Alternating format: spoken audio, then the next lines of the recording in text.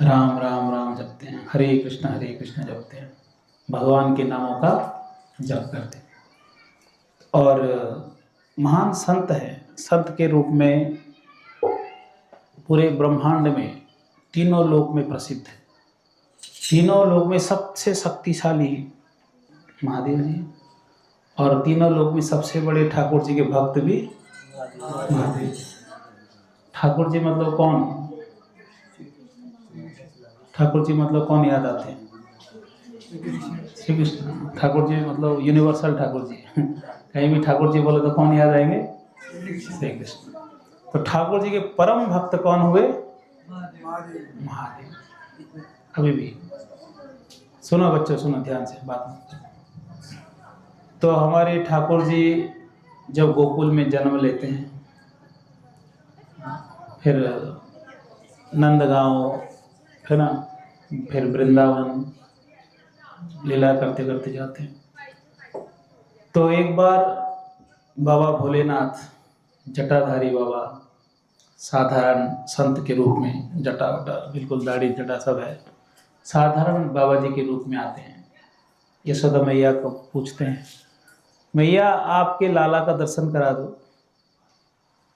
तो मैया बोलती है कि ये बाबा, आपका ये खतरनाक रूप देख के हमारा लाला रोने लगेगा। बोले नहीं, हम नहीं दिखाएंगे। तो बाबा बाहर खड़े रहे, तो अंदर लाला रोने लगा, रोता रहा बहुत देर तक रोता रहा। तो उनको लगा कहीं बाबा कोई तंत्र मंत्र कर दिया होगा। तो बाबा के पास ही ले चलते हैं। जैसे ही बाबा के पास लाए तो शांत हो। तो मैं खुश हो गई, बाबा बड़ा चमत्कारी बाबा हो, हमारे लाला रो रहा है तो आप चुप करा दिए। तो बाबा कहाँ रहते हो? हम तो बाबा घूमते रहते हैं। तो बाबा यहीं आसपास रह जाओ, हमारे लाला जब भी रोएंगे आपके पास लेकर आएंगे। तो महादेव जी जैसे ही ठाकुर जी के चरण अपने मस्तक में लगाए तो भगवान रोना बंद कर दिए। बोले कि मैया आसपास तो रह जाऊंगा, पर एक शर्त पे रहूंगा। क्या शर्त? कि जब जब ठाकुर जी को कुछ खिलाओगे तो उनके झुटन हमको भी खिलाओगे। जब जब ठाकुर जी को आप नहलाओगे, कृष्ण को, तो आपके लाला को जब भी नहलाओगे तो थोड़ा जल चरणामृत हमको भी दे दोगे, तब रहेंगे हम पास में। बोले कोई बात नहीं, दे देंगे, रह जाओ आसपास। तो वहाँ रह गए। इसलिए आप नंदगांव जाएंगे, नीचे महादेव जी, आशीश्वर महादेव है कि नहीं। आप वृंदावन जाएंगे, गोपेश्वर महादेव ब्रज में। तो महादेव जी परम वैष्णव, भगवान के चिंतन में मग्न, इतने मग्न हो गए भगवान के चिंतन में कि उनको दक्ष प्रजापति अपमान कर दिया भरी सभा में। ससुर जी है ना, सती माता के पति, वे पिताजी, फिर भी वो उठ के चले गए, कुछ बोले नहीं। बोले ये तो ऐसे ही है, अपने ऊपर अपमान गंभीरता से नहीं लूंगा, और भक्तों का अपमान करोगे तो प्रलय कर दूंगा। ऐसे महादेव जी के स्वभाव। और कोई भी पापी, दुराचारी, भूत, पिशाच, प्रेत, दुष्टात्मा, तमोगुणी, कोई कितना भी नीचे गिरा हुआ क्यों ना हो, पर महादेव जी उनके प्रति दया करते हैं कि इनका उद्धार कैसे होगा। ये संसार में, जैसे हम यहाँ प्रवचन दे रहे, या कोई शराब पी के आ गया तो यहाँ थोड़ी बिठाएंगे, बोलेंगे अरे भाई आप डिस्टर्ब मत करो, थोड़ा बाहर बैठ जाओ, सही है। पर महादेव जी देखे कि संसार में भूत, पिशाच, प्रेत, इनको कौन प्रवचन देगा, इनको कौन भक्त बनाएगा, कोई इनको तो देखभाल करेगा नहीं। तो भगवान महादेव जी क्या करते हैं, सारे भूत, पिशाच, प्रेत गण जिनको कोई स्वीकार नहीं करेगा संसार में, उनको साथ लेके घूमते और उनको ज्ञान देते हैं, सेवा में रखते। और ये इतने मतलब आज्ञाकारी है महादेव जी के, भूत पिशाच जैसे महादेव जी बोलते वैसे करते, इसलिए भूतनाथ कहते। महादेव के एक नाम क्या है? भूतनाथ।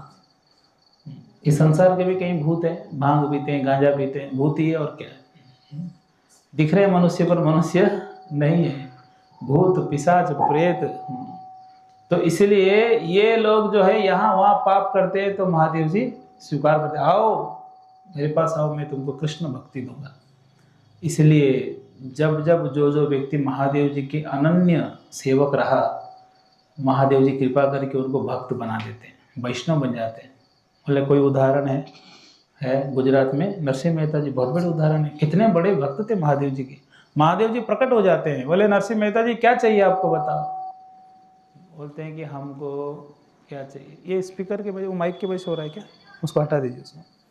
जो घर में सो रहे सोने दो, दूर के हटा ही दीजिए, ज़रूरत नहीं उसका। बैठने वाले जो आए हैं वो तो शांति से सुने, देखो कितना अच्छा साउंड है। जो नहीं आए कोई दिक्कत नहीं, जो आए हों तो सुने कम से कम ढंग से। हरे कृष्णा। ठीक है, वॉल्यूम बढ़ाइए बस, साउंड अच्छा है। तो क्या प्रसंग कर रहे थे हम? नरसिंह मेहता जी। नरसिंह मेहता जी, आपसे बड़े खुश हैं हम, क्या चाहिए बताइए? बोलते हमको क्या चाहिए, हमको कुछ चाहिए नहीं, हम तो ऐसे ही पूजा कर रहे हैं, आपसे प्रेम करते हैं इसलिए पूजा कर रहे हैं, हमको क्या चाहिए? नहीं, कुछ तो देना है, दर्शन दिया हो तो कुछ आपको देना है। भले है प्रभु, अगर कुछ देना ही चाहते हैं, जो आपको सबसे प्रिय है वो हमको दे दीजिए। तो महादेव जी को सबसे प्रिय कौन है? पार्वती, सती। तो सती को दे देंगे, पार्वती को दे देंगे, ले लो। सबसे प्रिय कौन है? भगवान कृष्ण सबसे प्रिय है महादेव जी को, इसलिए उन्होंने कृष्ण भक्ति ही दे दी। और ऐसे भक्त बने नरसिंह मेहता जी, उनकी जीवनी आप सुनते हैं, कितने बार ठाकुर जी उनके जीवन में आते हैं, कितने बार आते हैं। इसलिए जो जो व्यक्ति निष्ठापूर्वक महादेव जी के आश्रय में जाते हैं, निस्वार्थ शुद्ध पवित्र रूप में, उनको क्या मिलता है बदले में? कृष्ण भक्ति मिलती है। महादेव जी एक बार इच्छा किए कि हमको भी गोपी बनकर ठाकुर जी की रास लीला में हमको भी जाना है, तो इसलिए वो भी गोपी बन गए। क्या बन गए? गोपी बन गए। तो महादेव जी बड़े वैष्णव, उच्च कोटि के वैष्णव, बिल्कुल प्रसन्न होकर भगवान के भजन कीर्तन में लगे रहते हैं। ये सब लीला पहले ही कर दिया करिए कथा के बीच में।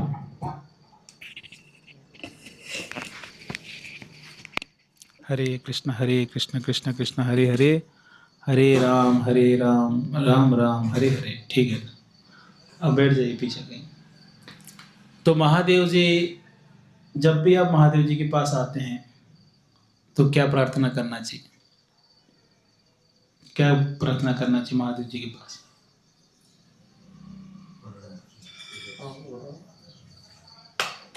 क्या प्रार्थना करना चाहिए? हमारा मन ठाकुर जी की भक्ति में लगे रहे, और कुछ नहीं मांगना चाहिए। ये तो स्वार्थी लोग हैं जो मांगते हैं सुख संपत्ति, घर आवे, कष्ट मिटे तन का। स्वार्थी, और दे दो और दे दो और दे दो। भक्त कभी और दे दो और दे दो, कभी नहीं। वो मैं क्या आपके लिए कर सकता हूँ? हे भगवान, मैं आपके लिए क्या कर सकता हूँ? मुझे आपने शरीर दिया, बुद्धि मन बल सब दिए हैं, बताइए धर्म की रक्षा के लिए आप आते हैं इस संसार में, और आप संतों को भी भेजते हैं धर्म की रक्षा के लिए। तो आपकी जो बड़ा मिशन है, सब लोग धर्म के मार्ग में चले, धर्म की रक्षा के लिए हमको भी काम पे लगाइए, हमको भी सेवा दीजिए, क्या कर सकते हैं हम आपके लिए? ऐसे प्रार्थना करना चाहिए। तो महादेव जी इतने दया है लोगों के प्रति, इतने दया। देखिए भक्तों की स्वभाव क्या होता है, भक्तों की स्वभाव वो दूसरे के दुख को नहीं देख पाते, इसलिए हम सब कहते हैं भक्त बन जाओ, भक्त बन जाओ। समाज में प्रचार करते, हर गली में हर गांव में भक्त बन जाओ। क्यों भक्त बन जाओ? भक्त बनने से क्या होगा? भक्त बनने से व्यक्ति पाप से मुक्त हो जाएगा। भक्त बनने से व्यक्ति दूसरों को ईर्ष्या द्वेष नहीं करेगा। भक्त बनने से वो किसी से झगड़ा नहीं करेगा। भक्त बनने से वो किसी का बुराई नहीं करेगा। भक्त बनने से किसी का कभी अमंगल चिंतन नहीं करेगा। भक्त बनने से, अरे तो दूसरे का तो छोड़ दो, वो तो चींटी भी मारेगा नहीं, मच्छर भी नहीं मारेगा। ऐसे सज्जन अगर भक्ति करने से बन सकता है कोई, तो हमको सबसे बड़ा समाज सेवा क्या है? भक्त बना। इससे बड़ा समाज सेवा कुछ नहीं है। लोग शराब नहीं छोड़ पाते, माता पिता रोते हैं बच्चे शराब नहीं छोड़ रहे, तंबाकू नहीं छोड़ रहे हैं, बीड़ी नहीं छोड़ रहे, सिगरेट नहीं छोड़ रहे हैं, हाँ दिन भर मोबाइल चलाते, परेशान है माता पिता। उनको सज्जन कैसे बनाया जाए? कितना भी पैसा खर्चा करिए, कितना भी उनको दवाई खिला दो, वो सुधरेंगे नहीं। कब तक? जब तक उनको ठाकुर जी के भक्त ना बना दो। भक्त बनते ही शुद्ध पवित्र, भोजन शुद्ध, वाणी शुद्ध, आहार शुद्ध, सब शुद्ध। तो समाज को सुधारना हो तो सबसे बढ़िया उपाय क्या है? ठाकुर जी की भक्ति में लगा दो, और कोई रास्ता नहीं है, और कोई रास्ता नहीं। समाज सेवा के नाम पे आप कितना भी कुछ कर लो, आप गरीबों को खिला दो, सर्दी में कंबल बांटो, कुछ भी कर दो आप, पर जब तक उसको ठाकुर जी के पास नहीं लेके आएंगे, उसका मन पवित्र नहीं होगा, तब तक वो दुष्टता उसके हृदय से कभी नहीं जाएगा। इसलिए सज्जन बनाना चाहते हैं तो भक्त बना दीजिए, धीरे धीरे धीरे सज्जन बन जाता है। छोटे बच्चे हो, बड़े हो, कोई भी हो, सज्जन बन जाता है। ऐसे होना चाहिए। इसलिए हमको ये भाव जागृत कराना हो, समाज के कल्याण, हमको भक्त बनना पड़ेगा, ठाकुर जी के भक्त बनना पड़ेगा।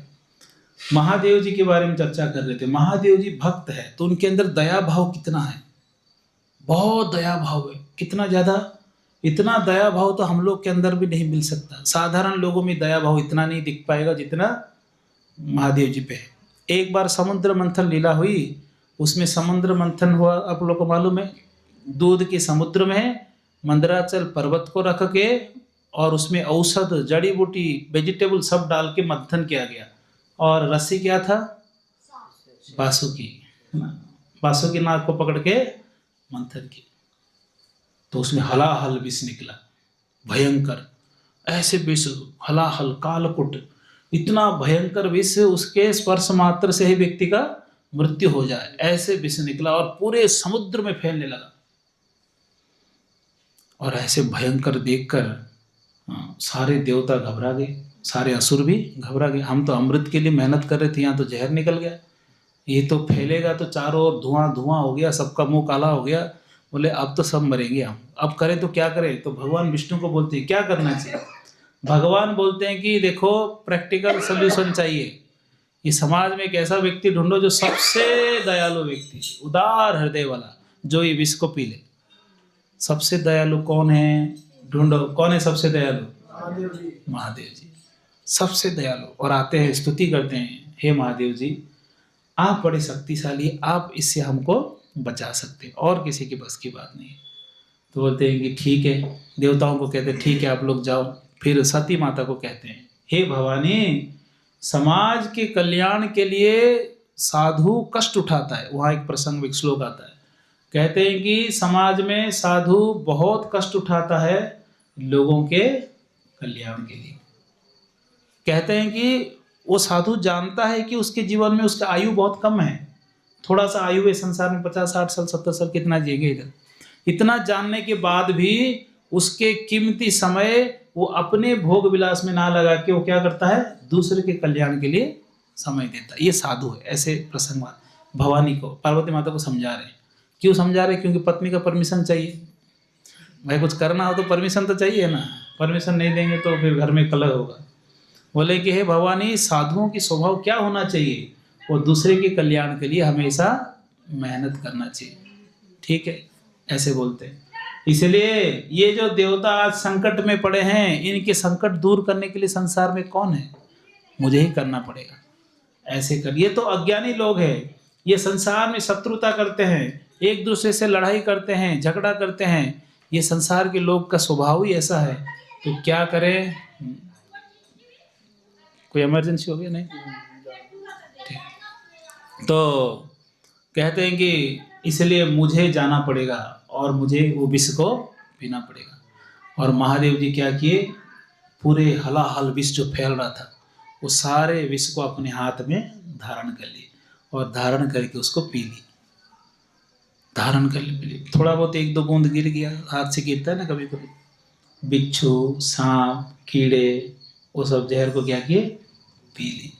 वही जहरीले है संसार में, जो जो वो जहर को पिए थे वो सब जहरीले, जितने जहरीले है संसार में सब वो पी लिए थे। जो बच गया, थोड़ा गिर गया था, और उसको पूरा पी लिया। पी लिए तो पेट में नहीं भेजे, बाहर भी नहीं भेजे, बाहर उल्टी नहीं किए, पेट में भी नहीं जाने दिए। कहाँ रख दिए, कंठ में। तो कंठ क्या हो गया, नीला हो गया। इसलिए क्या नाम पड़ गया, नीलकंठ महादेव जी की जय। नीलकंठ हो गया। तो वहाँ भागवत पुराण में लिखा है, महादेव जी के गले में ये नीलकंठ बन गया। जब कंठ नील हो गया तो महादेव जी की शोभा बढ़ गया। महादेव जी की सुंदरता बढ़ गया, मानो कोई अलंकार पहने हुए हैं, ऐसे कहते हैं। और विष को अंदर अंदर गया ही नहीं विष, ऐसे क्यों नहीं गया? क्योंकि उनके नाभि से, उनके पेट से एक ध्वनि निकल रहा है। कौन से ध्वनि? राम। जहाँ से दिव्य प्रभु की नाम उच्चारण होता हो वहाँ विष पहुँच नहीं पाएगा, ना कोई नुकसान कर पाएगा। इसलिए राम राम राम जप करिए, सारा विष शरीर से, मन से निकल जाता है। इसलिए नीलकंठ महादेव और महादेव जी फिर ध्यान में चले गए, बहुत 100 साल तक लगभग ध्यान में चले गए। अब विष पी लिए, बैठ के ध्यान मग्न हो गए। कहाँ ध्यान मग्न हो गए? हाँ, पर कौन सी जगह में बैठकर ध्यान किए? ऋषिकेश गए होंगे ना, पहाड़ ऋषिकेश में नीलकंठ महादेव है। ऊपर गए ऋषिकेश में? नहीं गए योगेश्वर? ऋषिकेश वहाँ ध्यान मग्न हो गए। वहाँ के महादेव, नीलकंठ महादेव जी मंदिर है ऋषिकेश में। आगे जाएंगे तो पहाड़ के ऊपर जाना पड़ता है, तो वहाँ ध्यान मग्न हो गए। तो ऐसे ही हम सबको, जीवों को क्या सिखाना चाहते हैं महादेव जी? हाँ, आप जितना समय बच गया है उसको किस में उपयोग करो? भगवान की भक्ति में। भगवान की भक्ति में उपयोग करना चाहिए। अब जैसे बच्चों की परीक्षा आ जाती है, ठीक है, परीक्षा आते ही जिसको भी मिलेंगे उनके पैर छू लेते, हमारे पास आते पैर छू लेते, फोन भी कर देते, प्रभु जी परीक्षा है, आशीर्वाद दो। अब परीक्षा लक्ष्य हो जाता है तो जहाँ आशीर्वाद जहाँ से मिल जाए, जो वहीं से ले लो, जो मिला पैर छू लिए। क्यों प्रणाम कर रहे हो? परीक्षा है आज। वैसे हम सबकी परीक्षा है, मृत्यु कभी भी आ सकती है, हरि भक्ति कभी करना है। तो इसलिए जहाँ भी, जिस मंदिर में भी जाएं, जिनको भी मिले, क्या बोलना है? भक्ति में मन लगा दो। बालाजी को मिलते ही, हे प्रभु, हे हनुमान जी, आप ठाकुर जी के कितने बड़े भक्त हैं, राम काज करिवे को आतुर। राम के कार्य के लिए तो छलांग लगा के आप निकल जाते हैं। सेवा के बिना आप रह नहीं सकते। रह सकते हैं क्या बालाजी सेवा के बिना? बिल्कुल नहीं। सेवा नहीं तो कोई मतलब नहीं उनके जीवन का। एक बार आए कहीं से, कोई सेवा करके आए, दूसरा सेवा करते ही सब रोक दिए, ये हमारा सेवा आप मत करो, है ठीक है। और एक सेवा में गए, वहाँ भी रोक दिए, अयोध्या की बात है। फिर और सेवा गए, वहाँ भी रोक। जहाँ जहाँ जिस काम में जाते थे कोई ना कोई रोक देता था, ये हमारा काम है, आप मत आओ इसमें, आपने बहुत मेहनत कर लिया उधर लंका में युद्ध में, अब आप हमको करने दो। तो दुखी हो गए और जाके एक को पूछते हैं, क्या मामला है भाई? जहाँ भी जाता हूँ रोक देते हैं। अरे अभी लक्ष्मण जी बैठकर लिस्ट बना दिए, किसका क्या सेवा है, लिस्ट बन गया है, देख लो तुम्हारा क्या सेवा है। तो हनुमान जी आए, बोले देखते हमारे नाम पे क्या सेवा आया है। पोथी पलटते, देखे लिस्ट में नाम नहीं है। खोजे खोजे खोजे परेशान हो गए। लक्ष्मण जी को बोलते हैं कि लक्ष्मण जी मेरा सेवा, बोलते हैं कि आपका सेवा देखो लिस्ट, वो लिस्ट में तो नाम ही नहीं है। बोलते वो क्या करे, सेवा तो बंट गया है, सबको भी सेवा का मौका चाहिए, आपने तो खूब मेहनत किया, आप बस करो, आप बस दूसरा बैठो आराम से, ज़्यादा चिंता मत करो। तो उनको दुख हुआ, तो बोलते ठीक है अब राम जी से पूछो। तो प्रभु राम जी के पास आते हैं। भगवान रामचंद्र भगवान बैठे हैं और आके पास में बैठ जाते हैं कौन? हनुमान जी। बोलते हैं कि हे प्रभु मेरे साथ अन्याय हो गया। क्या अन्याय हो गया? मुझे सेवा नहीं मिला। बोलते तो मैं क्या कर सकता हूँ, लक्ष्मण जी इंचार्ज है, अब उन्हीं से बात करो। तो बोलते लक्ष्मण जी तो लिस्ट में नाम ही नहीं लिए हमारा, कोई नाम है नहीं हमारा, तो इसलिए क्या करें? बोलते अब मैं कुछ नहीं कर सकता। तो बोलते भगवान एक सेवा छूट गया है। कौन सा सेवा? आप जब उबासी लेते हैं तो चुटकी बजाने का सेवा लिस्ट में नहीं है, मैंने पढ़ लिया लिस्ट। हाँ, बुद्धिमताम वरिष्ठ, बुद्धिमताम बुद्धिमान है, लिस्ट देख के याद भी रख लिए कि कौन सा सेवा इसमें है, नहीं है। बोले आप उबासी लेते हो तो चुटकी बजाने का लिस्ट में नाम ही नहीं है, हम करेंगे वो सेवा। बोलते ठीक है, मना तो कर नहीं सकते, तो ठीक है ये सेवा कर लेना, जाओ अभी। बोले कहाँ जाऊँ? आप कब उबासी लोगे हमको थोड़ी पता है, हमको यहीं बैठना पड़ेगा। और बैठ गए चरण पे, ऐसे देखते रहे। और उबासी लेंगे तो चेहरे को देखना पड़ेगा। और भगवान का दर्शन करने की इच्छा तो है ही, ऐसे बैठे बैठे दिन भर चेहरे को देखते हैं। और कोई व्यक्ति यहीं बैठ के देखता रहे तो कैसा लगेगा बताओ, और लगेगा कि नहीं। और भगवान बार बार इसको देख रहे हैं, कहाँ यहीं बैठ के मेरे ओर ही घूर रहा है, कोई काम कर नहीं सकता, देखते रहेगा ऐसे। तो बोले कि इसका कोई काम है नहीं, जानबूझ के उबासी लेते थे और जानबूझ के वो क्या करते, चुटकी बजाते थे। ऐसे है हनुमान जी, सेवा के बिना नहीं रह सकते, सेवा चाहिए। तो उनके पास जब आते क्या बोलना चाहिए, हनुमान जी सेवा दो, भगवान कृष्ण के सेवा दो, प्रभु रामचंद्र जी के सेवा दो, सेवा दो। आप जैसे भक्त हैं, हमको भी क्या बनाओ, भक्त बना दो। बहुत बड़े भक्त हैं हनुमान जी, अष्ट सिद्धि सब उनके पास है। और चाहे तो छोटे से छोटे बन सकते हैं, बड़े से बड़े बन सकते हैं, और भारी से भारी बन सकते हैं, और हल्के भी बन सकते हैं। आकाश में उड़ भी सकते हैं, इतने सिद्धि हैं। और सारे देवता डरते हैं, इतने बलशाली सारे देवता डरते हैं, सब डरते हैं हनुमान जी से। हनुमान जी का नाम मतलब अलग ही तहलका मच जाता है हनुमान जी का नाम लेते। तो ये हनुमान जी बहुत बड़े भक्त एक बार हिमालय में बैठे थे, बिल्कुल छोटे बंदर के रूप में, बूढ़े बंदर के रूप में बैठे थे। पूंछ को रास्ते में, पूंछ रख दिए रास्ते में, लंबा सा पूंछ, और बैठे हैं बूढ़े ऐसे धीरे से, ऐसा लगता है बीमार हो गए। वहाँ से भीम जो है पेड़ पौधों को तोड़ फोड़ करके एकदम 10,000 हाथी का बल लेके एकदम ऊपर की ओर जा रहे थे कुबेर लोक में। क्योंकि कुबेर लोक से 1,000 पंखुड़ियों वाला कमल पुष्प उड़ के आ गया था, सहस्त्र कमल। तो द्रौपदी माता बोलती है कि मुझे कमल चाहिए। कहाँ से आया, ये उत्तर दिशा से आया। वो खोजते खोजते निकल पड़े उधर। इतना उत्पात मचा रहे थे रास्ते में कि वो हनुमान जी को वहाँ रोकने के लिए बैठना पड़ा, नहीं तो सारे जानवर को ऐसे उठा के फेंकते थे। हाथी भी वो क्या डरे, उनको 10,000 हाथी का बल है। पेड़ वेड़ सामने जो आया सब। अब वहाँ जाते कुबेर लोक में तो मारपीट होता हो भयंकर वाला। तो इसलिए हनुमान जी रास्ते में वृद्ध बिल्कुल बूढ़े बंदर की तरह पूंछ रख दिए। तो जैसे ही आए, रे बंदर पूंछ हटाओ, आगे जाना है। बंदर ऐसे देखा, बोले बूढ़ा हो गया हो, पूंछ हिला नहीं पा रहा हूँ, साइड कर दो पूंछ को। तो दया आ गया, बोले ठीक है बूढ़ा बंदर है, बोल रहा है तो साइड कर देते। उठाए पूंछ, उठ ही नहीं रहा है, बहुत ताकत लगा है, 10,000 हाथी का बल ताकत लगा है, पूंछ भी नहीं हिला पाए। तब वो समझ गए, हाँ भाई साहब, बड़े भाई साहब हनुमान जी, वो भी वायुपुत्र, ये भी वायुपुत्र। बोले बड़े भैया, बोलते हाँ, बोले आपके स्वरूप में आइए, दर्शन करना है। स्वरूप में आते बोलते हैं कि आप एक आपका रूप दिखाइए, कितना बड़ा रूप आपने लंका में छलांग लगाए थे, रूप दिखाइए। बोलते वो सत्य त्रेता युग का था, करोड़ों साल पहले का था, अब देख नहीं पाओगे, अभी तो द्वापर है, कल ही आने वाला है। नहीं नहीं नहीं, आप मुझे दर्शन दीजिए। तो ठीक है, विशाल रूप लेते हैं, इतना बड़ा रूप लेते हैं, और बिल्कुल कहाँ सर गया है दिख ही नहीं रहा, आसमान में कहाँ तक सर गया वो दिख नहीं रहा है उनको, इतना विशाल रूप लिए। तो हनुमान जी भीम देखे, बोला बहुत बड़ा रूप लेके छलांग लगाए थे।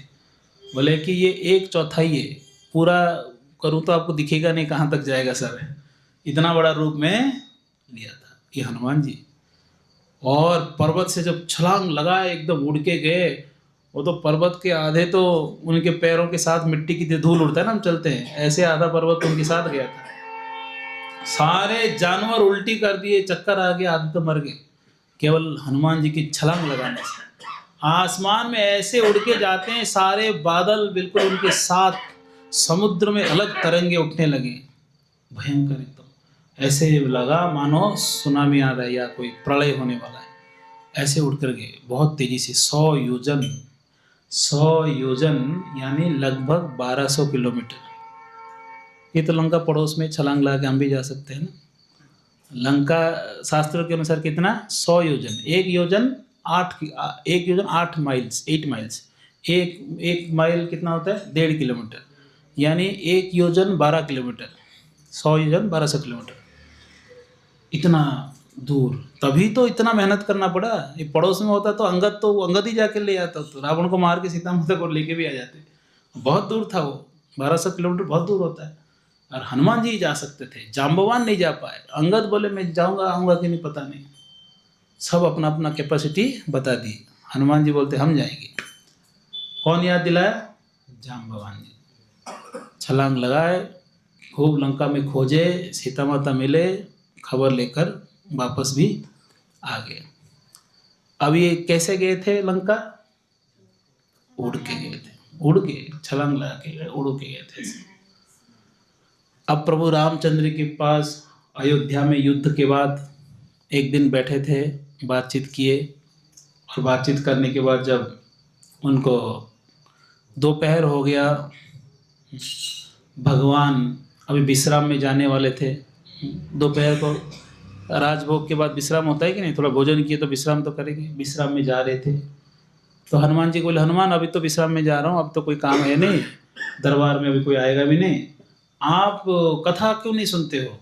बैठ के कथा सुन लो कहीं। हनुमान जी कथा नहीं सुनते थे, दुर्दैव देखूंगा, कथा नहीं सुने तो भगवान को अच्छा नहीं लगा था। भगवान बोले, अरे कैसा भक्त है, भक्त हो तो हरि कथा तो सुनना पड़ेगा ना। ना उत्पादयेत यदि रतिम वासुदेव कथा रुचि। बोलते हैं कि भगवान कृष्ण के विश्वक्सेन कथा सुयः, विश्वक्सेन भगवान कृष्ण के कथा में अगर रुचि नहीं है तो केवल समय वही केवलम, केवल गधा मेहनती करने कुछ नहीं मिलेगा। कथा और रुचि होना चाहिए। हनुमान जी मेहनत तो कर रहे हैं पर कथा में रुचि नहीं। सुने है ना प्रसंग बढ़िया। तो वहाँ कथा रुचि नहीं तो क्या करे? बोले हनुमान जी कहीं कथा ऐसा सुन के क्यों नहीं आते हो आप? जी भगवान सुन लेंगे। और हनुमान जी इतने बड़े विद्वान हैं, सुने तो किससे सुने? प्रभु किससे सुने? तो खुद ही पूछ लिए, कहाँ सुने बता दीजिए, किससे सुने? सुन लेंगे आप बोले हैं तो। बोलते हैं कि काकभुसुंडी, सबसे सीनियर भक्त, सबसे वरिष्ठ काकभुसुंडी, हाँ, युगों युगों के लीलाओं को सब वो जानते हैं, उनसे सुनो, वो कथा कर रहे हैं। हाँ, तो बोलते ठीक है, नीलाचल में कथा कर रहे हैं, जाओ उधर। उड़कर हनुमान जी पहुंच गए तुरंत। वहाँ काकभुसुंडी प्रवचन दे रहे हैं। क्या प्रवचन दे रहे हैं? कि हनुमान जी जो है, रामायणी चल रहा था तो रामायणी करते हो। हनुमान जी जैसे ही पता चला कि सीता माता अभी कहाँ है, लंका में है, 100 योजन दूर है, और हनुमान जी चिंता हो गया क्या करें। जाम्बवान उनको याद दिला दिए कि आपको जाना है। तो हनुमान जी इतना विशाल रूप लिए कि एक पैर भारत में और दूसरा कदम लंका में चले गए। ऐसा बोल के बोले आज की कथा यहीं विराम करेंगे, बाद में फिर कथा करेंगे। इतना ही सुन पाए वो हनुमान जी। इतना सुनते ही, एक तो कथा सुनने में इंटरेस्ट नहीं और उल्टा सुन लिए। सुनते ही बोले, अरे ये कथाकार लोग भी झूठ बोलने लगे, मैं उड़ कर गया था, इतना मेहनत किया, ये क्या कह रहा है वह कथाकार, एक पैर इधर एक पैर उधर, ऐसे ही चल के चला गया, सारा मेहनत पानी में चला गया मेरा। हनुमान जी को अच्छा नहीं लगा। बोले ठीक है, अब कथा कभी नहीं सुनूंगा। इस सुना तो सुना, क्या सुन लिया, और जो थोड़ा बहुत इच्छा था सुनने का वो भी खत्म हो गया। अब वो चले गए। शाम को ठाकुर जी मिले। बोले हनुमान जी कथा सुन के आ गए? बोले हाँ सुन लिया। ऐसा क्यों कह रहे हो सुन लिया, अच्छे से क्यों नहीं कह रहे हो? बोलते हैं कि वो कथाकार झूठ बोल रहे थे। तो भगवान डांटने लगे। बोले कि हनुमान जी तुम्हारा श्रद्धा नहीं है, जिस भाव से, विनम्र भाव से सीखने के लिए जो बैठना चाहिए वैसे नहीं बैठे होंगे। कथाकार गलत नहीं बोला, आप गलत सुन लिए होंगे। तो बहुत डांटे बहुत डांटे। तो ऐसे बात कर ही रहे थे, बात कर ही रहे थे, और राम जी एक अंगूठी पहने थे। बात करते करते अंगूठी ऐसे निकाल रहे थे राम जी। बात कर रहे, हनुमान जी को डांट रहे, तुम ठीक नहीं, कथा नहीं सुनते हो, ये अच्छी बात नहीं है। अंगूठी निकाल रहे थे, अंगूठी गिर गया हाथ से, और गिर के ऐसे आगे ऐसा रोल होके चला गया। ए हनुमान हनुमान देखो मेरा अंगूठी चला गया। तो राम जी दौड़ के जाकर अंगूठी को पकड़ लूँ करके दौड़े। अंगूठी चलता गया और वो दौड़ते गए। अंगूठी जाते जाते जाते पूरे पृथ्वी की चक्कर काट रहा है, और हनुमान जी पीछे भाग रहे, पकड़ में नहीं आ रहा। और अंगूठी जाते जाते मेरू पर्वत के पास आया। मेरू पर्वत क्या है जानते हैं? 80,000 किलोमीटर हाइट। कितना? 80,000 किलोमीटर। और किससे बना है? सोने से। 16,000 किलोमीटर अंदर नीचे जमीन में, 84,000 किलोमीटर हाइट उसका, और बिल्कुल प्योर गोल्ड से बना हुआ है। और उसके बहुत, एक पहाड़ नहीं, बहुत पर्वत उसके आसपास है। वो सबसे बड़ा मेरू पर्वत, उसके आसपास बड़े बड़े पर्वत और है।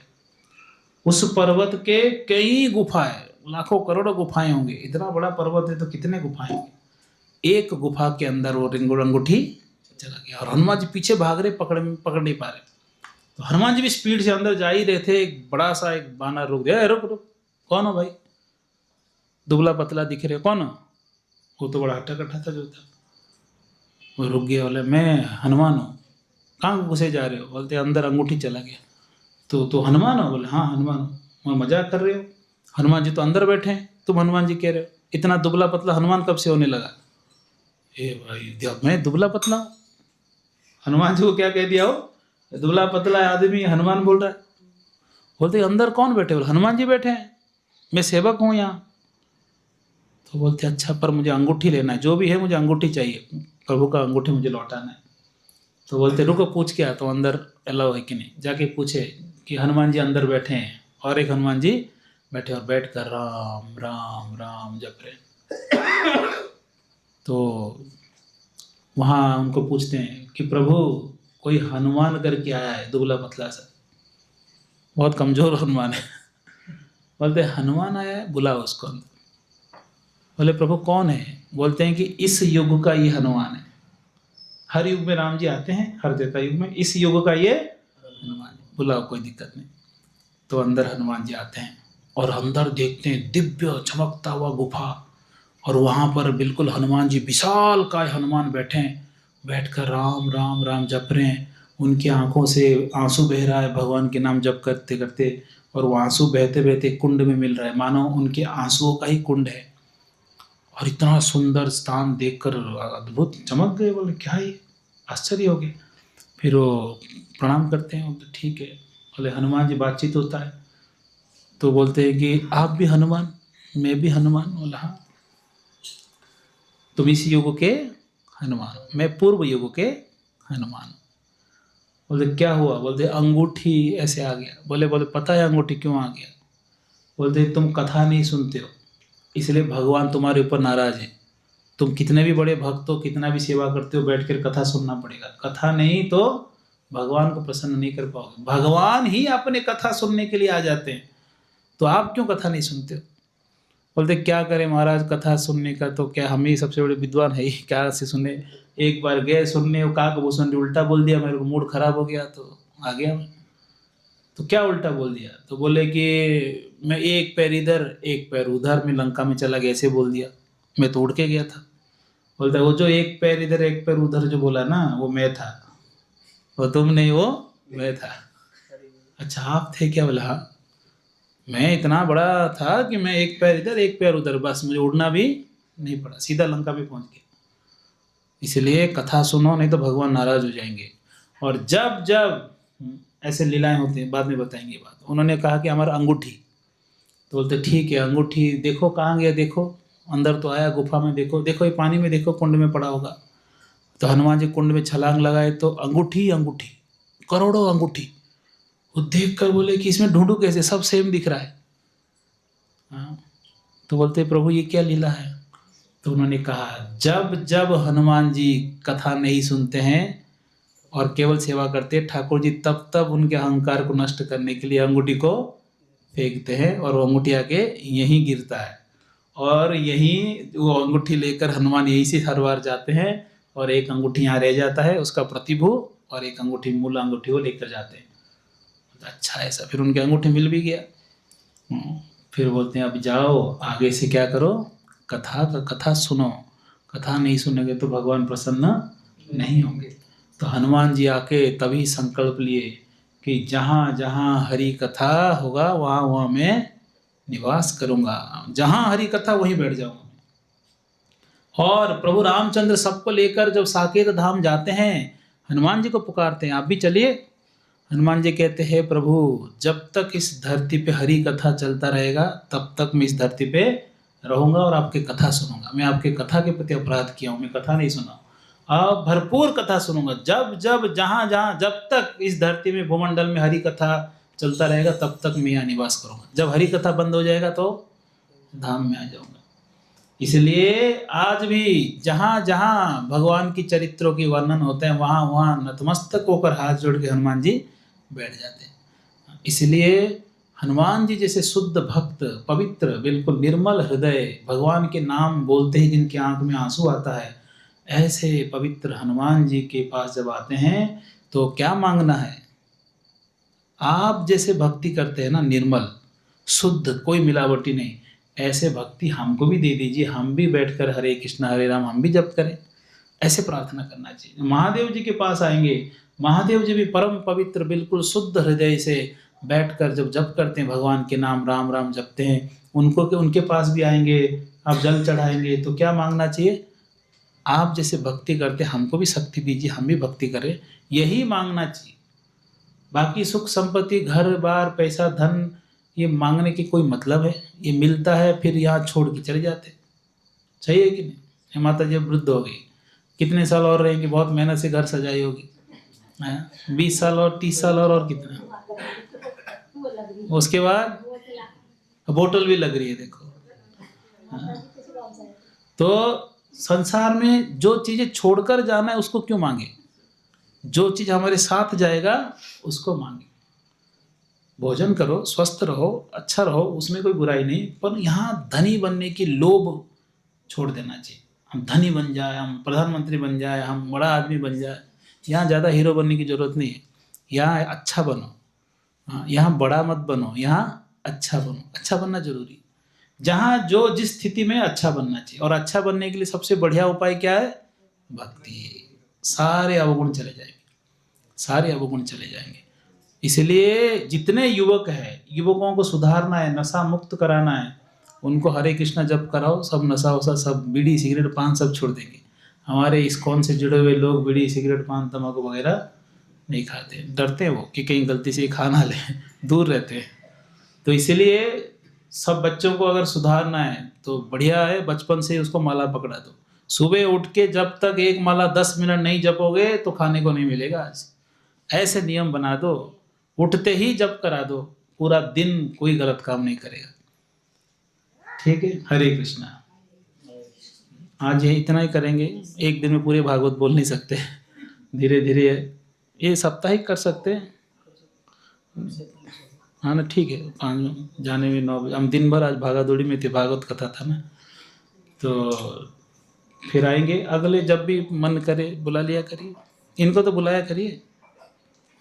और यहाँ संकीर्तन होता है, आप लोग क्यों नहीं आते? सुबह 7 बजे संकीर्तन डेली करते हैं, अलग अलग जगह अपने माधोपुर के अंदर 1 घंटा 7 से 8 बाइक में सुबह सुबह रोज जाते हैं। वीडियो आप देखते हैं कि नहीं? ग्रुप में नहीं, अब इस्कॉन के वीडियो देखते हैं कीर्तन का, तो आप क्यों नहीं आते? सब जाना चाहिए।